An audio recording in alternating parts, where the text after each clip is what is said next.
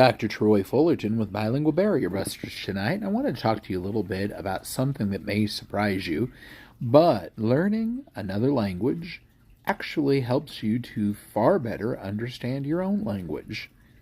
Now, why would I say that? Well, stop and think about it.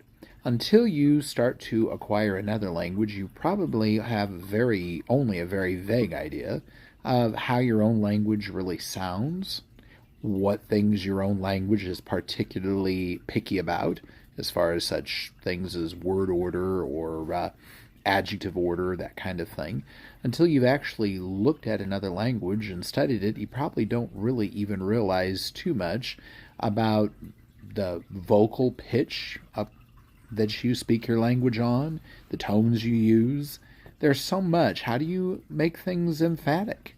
How do you stress things? Well, so many of these things we do very automatically. When we study another language and we find something different, we now have something to compare our own language to. Also, you're going to find, no matter what language you start to study, that by having to learn how that language operates in distinction to your own language, that makes you actually learn more about your own language, things that you may maybe never have thought of before. This happens all the time, and it works in both directions.